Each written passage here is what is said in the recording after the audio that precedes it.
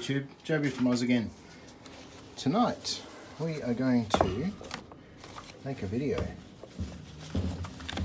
using Emma's favourite tool, a gimbal. So this arrived as a bit of a gift to me for my birthday from my brother. Thank you very much, Ben. I do have some unboxing footage, but it's not terribly remarkable. And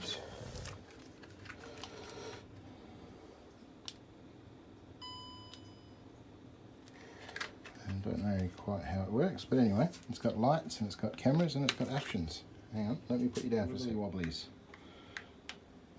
Now I'm going to put the camera on here, and from there we're going to look at an experiment from something else that arrived today to do with the resin printer. So hopefully no more shakily bakily Troy, and you'll be able to watch my videos, mate. Alright, we're now recording. One of the things I'm wanting to find out is if I can manually cure this UV resin using a light probe. Now, this is a device that I found on the interwebs, and it called the object a dental curing lamp.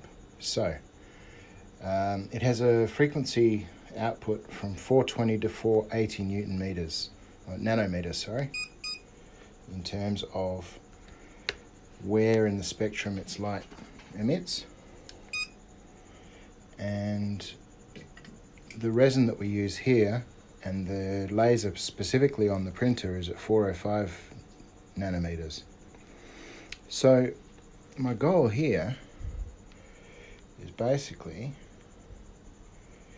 to see if these guys, when used with this stuff, can cure with that stuff. So I've got myself some paintbrushes over here, and I've shooken up my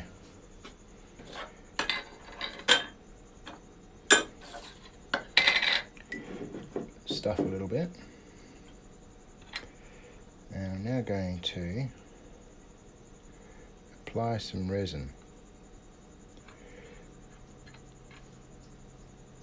I'll dip my paintbrush in the IPA so it doesn't cure. I'll move my jar of IPA out of the way so it doesn't get cured. And now we will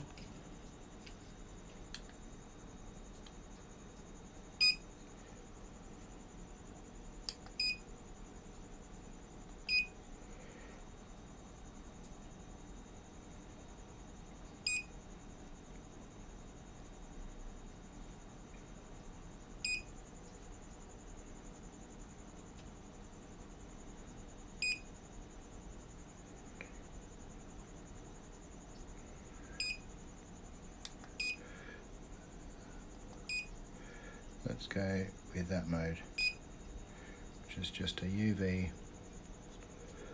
It's got a shield there so we can protect ourselves from the UV exposure. It's got a 20-second default exposure, and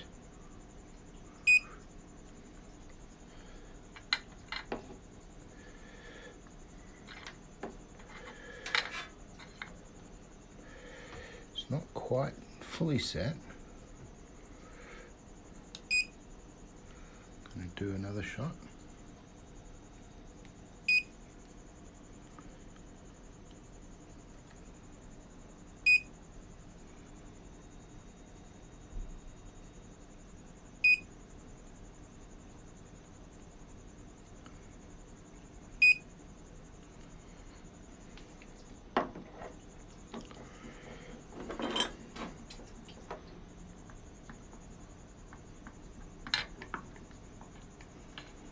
Okay, so look, I think as far as a proof of concept goes, it's provided a surface layer of cure. It's not super cured,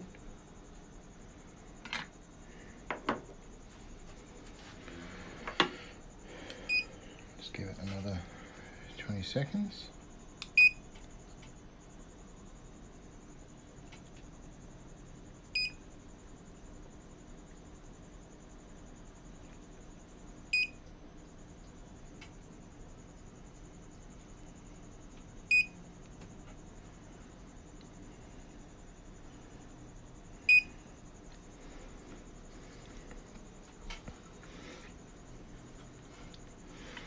So my question here is possibly whether or not I've actually stirred this enough prior to applying it for it to be a continuous. Actually, here's how we can test it. We'll put it into the curing station. See if it actually gets any more cured after a session in here.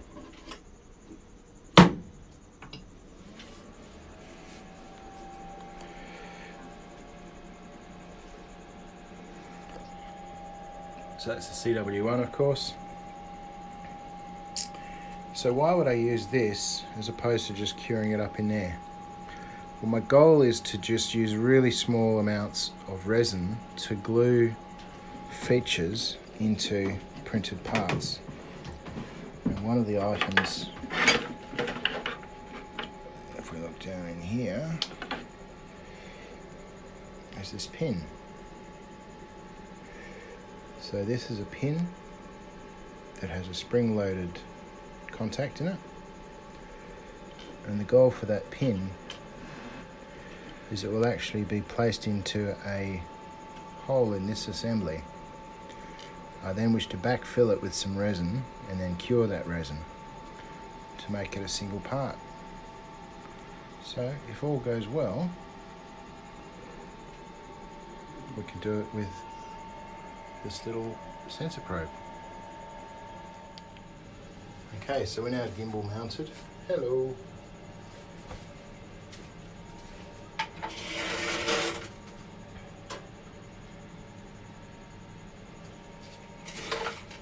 That brush is clean, so it's not going to cure.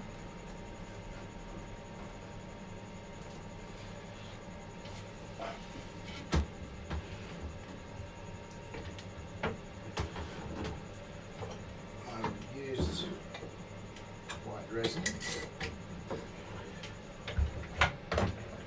I should store with my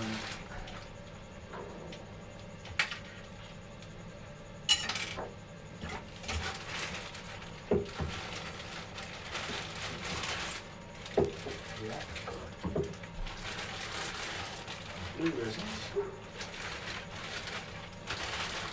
So they suggest to keep your previously used resin separate from your fresh resin. So if I'm doing a colour again, I'll start with this and then top it up with some of that. We don't want to contaminate the full fresh resin with the resin from in here, the exposed stuff.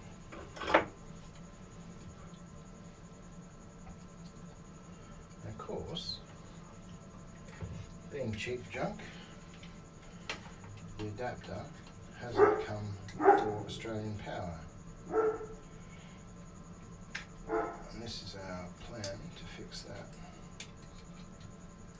A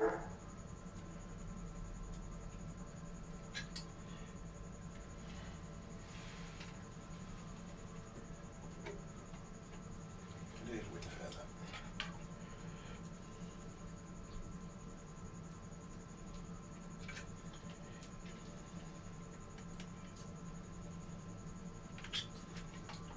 Turns an American plug into an Australian plug.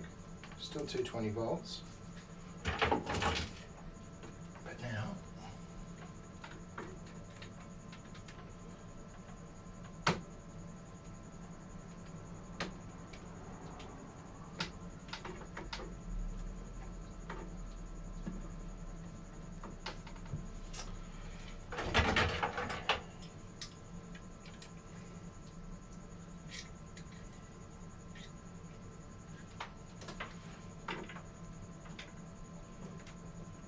that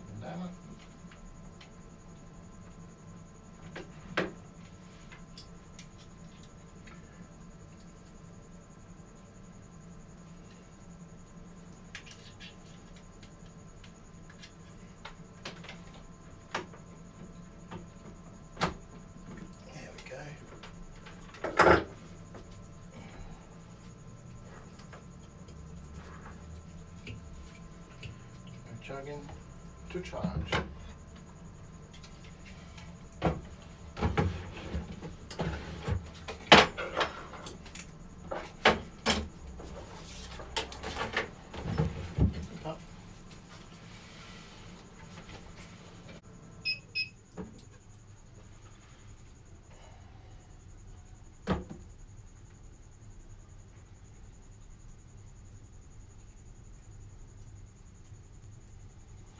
So, more thoroughly cured, yes. It did go in there for quite a while, about 2 minutes.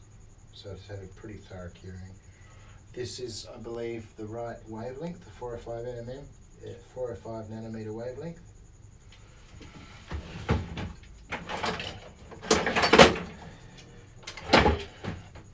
Has it joined? Is there a connection there?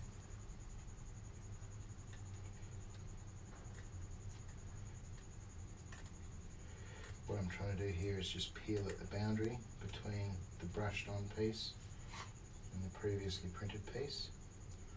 My hope is that it's become continuous. And obviously I don't want to slice my hand open like I did last time.